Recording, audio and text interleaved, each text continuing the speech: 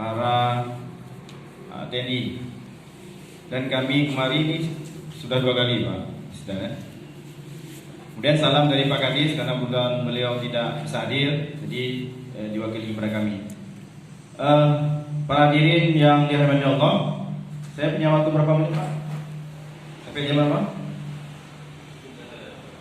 Sampai? Oh gitu ya? Oh secukupnya, tapi waktunya sampai jam 12 atau berapa? Jam 12 ya, oke. Karena kalau tidak saya tanya waktu, nanti keenaan sehingga kadang ya. Kemudian di dalam mungkin saya penyampaian, mungkin saya akan mencampur bahasa Aceh, bahasa Indonesia, yang jelas bahasa Arab, bahasa Inggris gitu. Yang kemuliakan guru-guru kamu, kemudian para anggota TNI yang berbahagia, saya di sini menyampaikan tentang kewirausahaan yang arahnya adalah dalam upaya mencegah masuknya paham radikalisme dan separatisme. Jadi berbicara tentang kewirausahaan, tentu saja seperti yang disinggung oleh Pak Dandi, bagaimana hari ini kita punya usaha. Usaha itu tentu saja kalau kita dalam agama tentu yang halal, yang dengan usahanya nanti bisa membawa berkah bagi kita. Kemudian mungkin kalau pekerjaan usaha banyak, tapi ini secara umum usaha itu diartikan sebagai sesuatu, berbuat sesuatu dan bekerja. Artinya ada sesuatu yang kita hasilkan. Hari ini di pesantren ada usaha-usaha. Saya yakin ada beberapa pesantren yang pernah kami kunjungi, ada usaha-usaha. Artinya dengan usaha itulah pesantren itu bisa berkembang. Dan kita tahu di Aceh Barat salah satu program bupati adalah dulu bantuan sawit, sawit di sektor perkebunan. Itu untuk supaya apa? Bisa pesantren itu hidup. Kemudian orang yang berwirausaha nanti disebut dengan wira usahawan. Artinya orang yang sah punya usaha. Nah, apakah hari ini kita semua, apalagi salah satu program Kementerian Pertanian di pusat adalah bagaimana hari ini sebenarnya menciptakan petani-petani milenial. Petani-petani milenial, kalau bahasa tadinya petani-petani muda. Banyak muda, umur dia anak Tuhan kan. Artinya anak batasan. Cuma itu mudanya pada umur dia pesan tergantung persepsi. Kita yang hadir ini muda mana? Artinya dengan diciptakannya petani-petani milenial hari ini, sehingga arah pikiran kita tidak kemana-mana. Karena persoalan radikalisme, separatisme itu muncul karena persoalan Jawa Aceh Pro Tengah. Salah satu faktor yang menyebabkan itu muncul karena misalnya Pro Tengah. Artinya kalau hari ini, terutama ini generasi muda, dia punya pemahaman, punya pemikiran, punya usaha, daripada tu lagi kini tunggu mono Aceh Horonyo 1001 warung mas tunggu ya. Bunga aja warung lihu dawo warung di tempat warung di. Apa yang terjadi di warung itu? Jadi muncul semua masalah. Nah, ini selesaikan masalah juga di warung, hanya dengan selembar Quran. Ya, sama Pak, ada yang baca Quran mungkin judul dong. Supaya baca dalam. Tapi salah sebenarnya. Pokok dengan judul mentong lagi ya, lagi pegang meno, kata kesimpulan itu yang salah. Ya. Jadi sebenarnya intinya adalah yang program dari Kementerian Pertanian, bagaimana hari ini petani-petani milenial ini muncul. Karena anak muda adalah harapan bangsa ke depan. Orang tua keharapan. Ya, harapan sih. Jadi orang tua ini yang memberikan motivasi bagi generasi muda. Lanjut Pak. Apa sebab perlunya kewirausahaan? Ini dulu ada impresnya, instruksi Presiden. Kemudian tahun sebenarnya sudah lama, 95 ini bagaimana ada gerakan nasional memasyarakatkan dan membudayakan kewirausahaan. Nah, dengan impres ini sebenarnya mengamanatkan pada seluruh masyarakat bagaimana menumbuhkan kewirausahaan tersebut. Yang hadir di sini 1-2 orang saya tahu, selain juga tokoh masyarakat, tokoh agama, ada juga ketua kelompok tani. Lagi di Waila. Belum Tuan pernah tugas di Waila Timur 2007 sampai 2009 di Balai Penyuluhan Pertanian PBB di Jalan di Tangke, Kue Tangke artinya daerah Belang Luar. Tapi nanti sebutkan Gunung Panjang. Kue daerah Ketua Jamak. Nah dari Waila Timur, nah tengku dari Waila Timur. Kemudian 2013 dan turun Waila 200. Unturilah nanti guzo ni nanti tu. Yang orangnya hadir ini. Oke, gitu mana? Tunggu. Jadi banyak juga ketua kelompok tani. Kemudian Pronau Baru Bubun dah nyoba.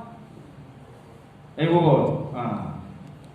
Mungkin pernah lah, cuma kayak pernah nging buka karena kayak mempok ni biasa mempok bah kenduri padi, kenduri belah. Maulud kan. Lalu di Bubun hampir Tamong 5 tahun 2015 sampai 2010 lah. Kemudian pindah dinas dan pernah lah pegawai 16 pun boleh. Baik pegawai 16 nanti pulih ke 16.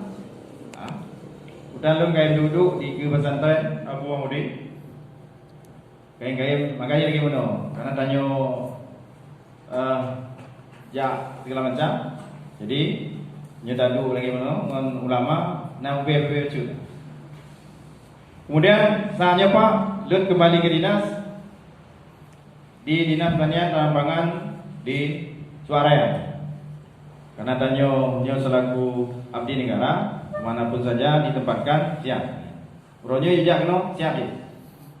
Tapi yang pegang itu masalah yang lain. Tapi tetap masalah sektor pertanian. Oke, kembali lanjut Pak. Karena singkat ada satu yang nanti ditampilkan. Lanjut Pak. Lanjut aja. Nah, kewirausahaan pertanian ini yang ingin saya tekankan. Hari ini kenapa ke bidang wirausaha di pertanian itu nyetanging di Aceh Baratnya untuk macu. Nih, gua lebih lebih lu tiga bicara usaha yang buka toko dagang segala macam. Tapi kalau sektor pertanian, walaupun kita Aceh Barat itu memang komoditi unggulan atau memang sektor yang terpentingnya adalah pertanian, ini muncul usaha di sektor pertanian. Kenapa? Karena secara umum mantan kepikiran pertaniannya cuma koi. Nyoto 16 cuma koi ni. Jangan hari ini ketika ke sawah, tidak ada pernah kita jumpai anak-anak muda Pak. Ya kan, unduhan yang lain, yang berdua, yang tak lanjut koreksi Pak. Unduhan, dan di kampung tinggal di Suariwe, kebetulan di tsunami, ronyo kamu kalian tu di muka lahan sawah, kebetulan ikut rumah na belang. Karena sebelum tsunami, Suariwe memang daerah belang, lagak belang ni, belang di pinggir minyak laut, bukan minyak lautan ni, bukan minyak kumbang, tapi minyak jalan, di bawah apa mungkin pernah. Jadi untuk haji. Kenapa? Karena pemikirannya adalah yang berunduhan. Padahal kenapa? Inilah pemahaman yang tadi. Kalau Tengku Rahmat mengatakan bagaimana pemahaman agama ini, mungkin di kami dari Dinas Pertanian bagaimana sektor pertanian ini muncul sekarang.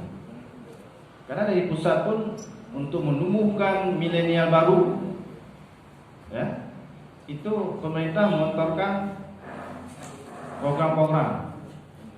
Programnya kita disupport dengan modal usaha. Hari ini di daerah Panti ada kawan-kawan saya yang sudah membuka peternakan ternak potong, Pak, kerjasama dengan Popa, yang Tengku Ibnu Cahaya. Mulai Panti Cermin kan nanti di KW 16. Artinya memang kewirausahaan ini perlu keberanian. Tapi berani nampak ya, jadi berani melihat peluang usaha, kemudian juga mencari dukungan modal. Nah, kemudian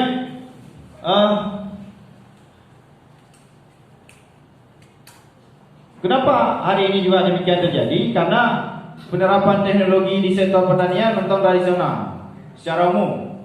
Tapi akhir-akhir ini kalau kita lihat di sektor tanam pangan, padi, oronyo pula kandang mesin. Pernah lihat apa mesin, Pak? Mesin pula padi. Mana balik pakai cara oli. Pakai mesin. Yang lagi transplanter. Mungkin di kau di mana kita? Pulang mesin. Tapi pulang mesin semai biji di lana depan roh ni. Nak tapok macam ni petak tu kan.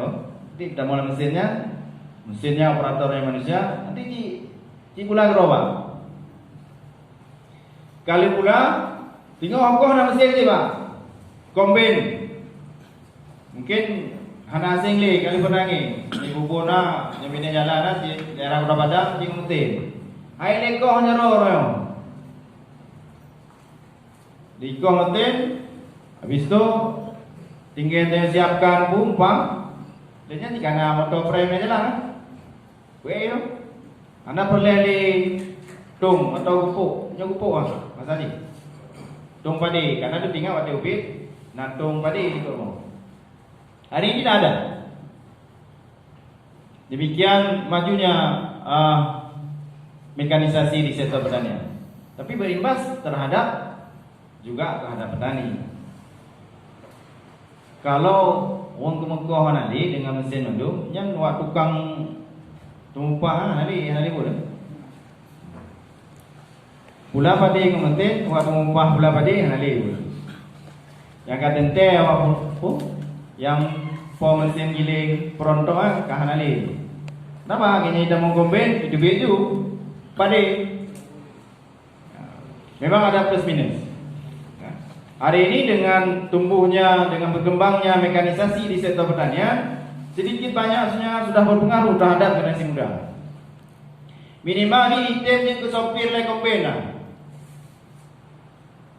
Minimal dia menjadi operator bagi mesin untuk pula padi.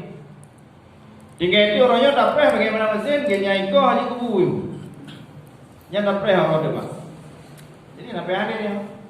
Tinggal baju kubu.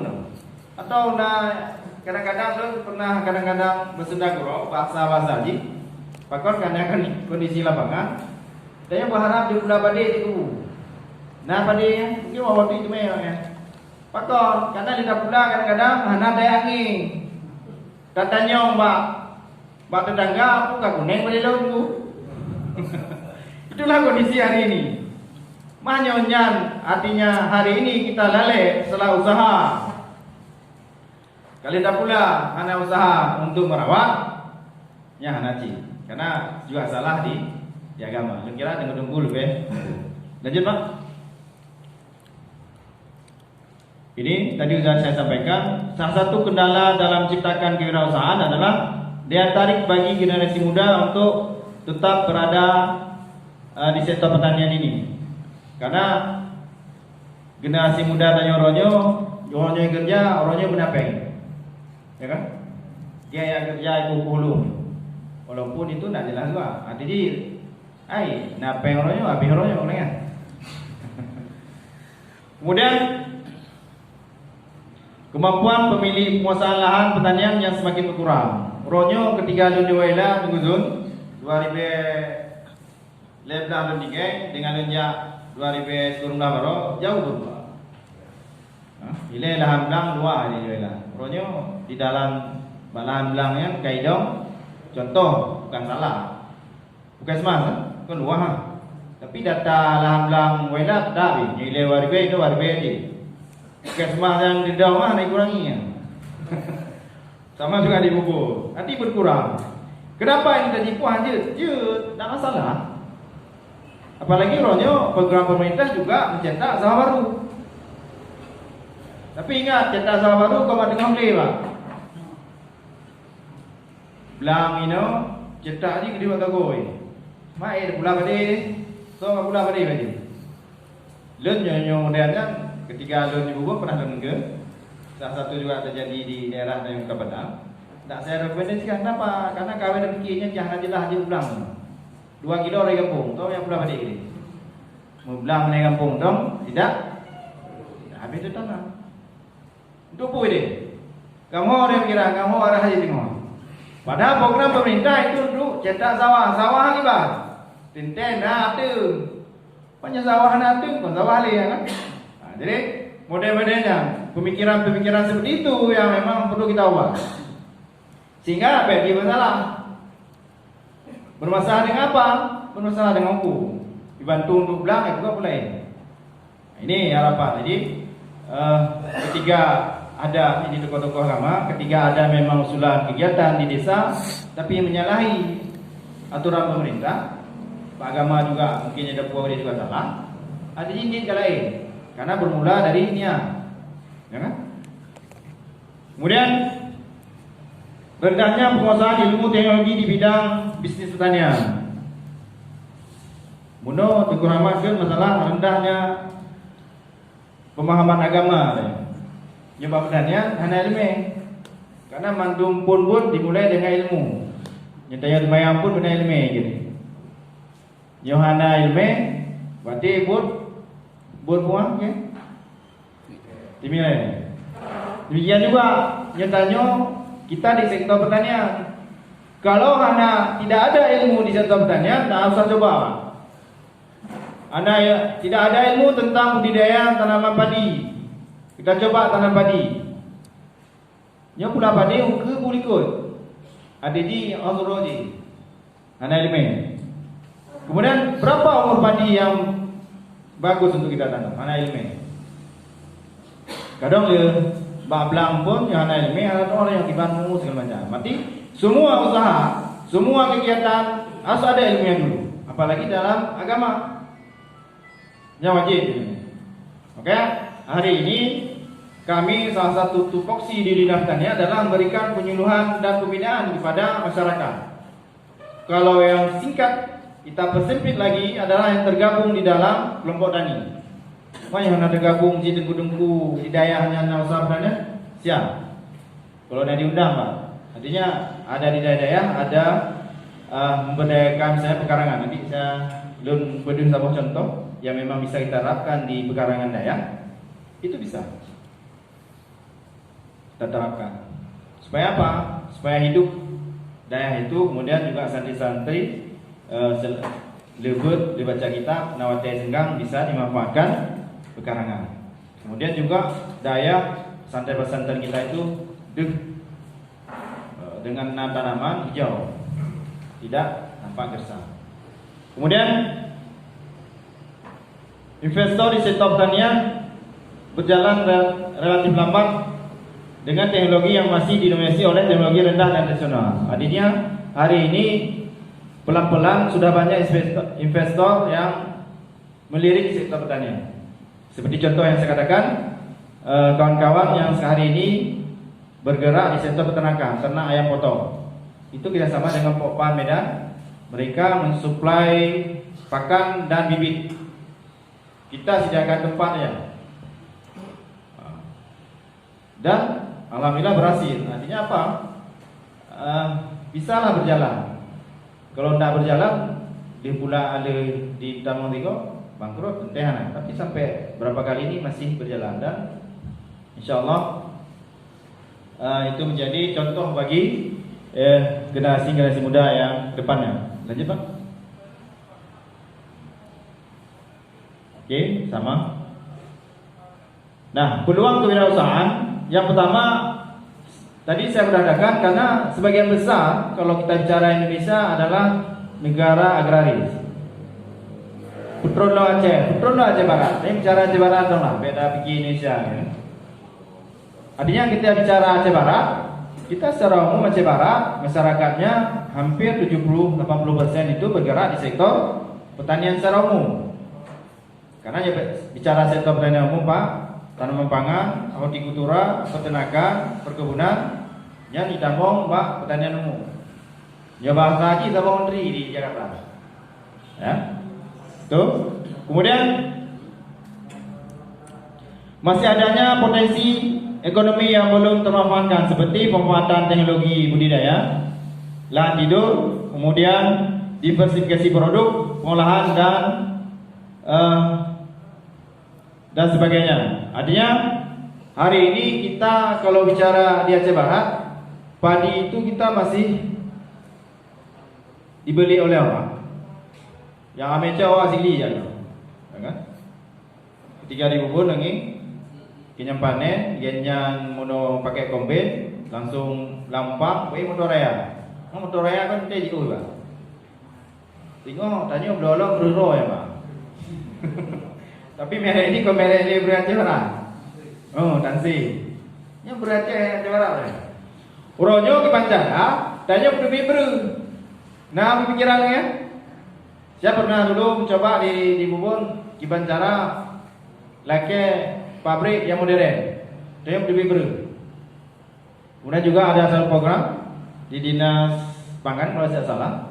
Itu rencananya kita akan Aceh Barat bangun pabrik penggilingan padi yang besar. Ya, itu pernah diekspos oleh Pak Bupati.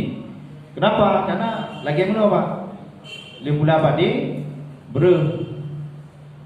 padi blo de awal luar, tanya blo rolong, nengkong kahai yang mungkin. Orang menyantuk aja lagi.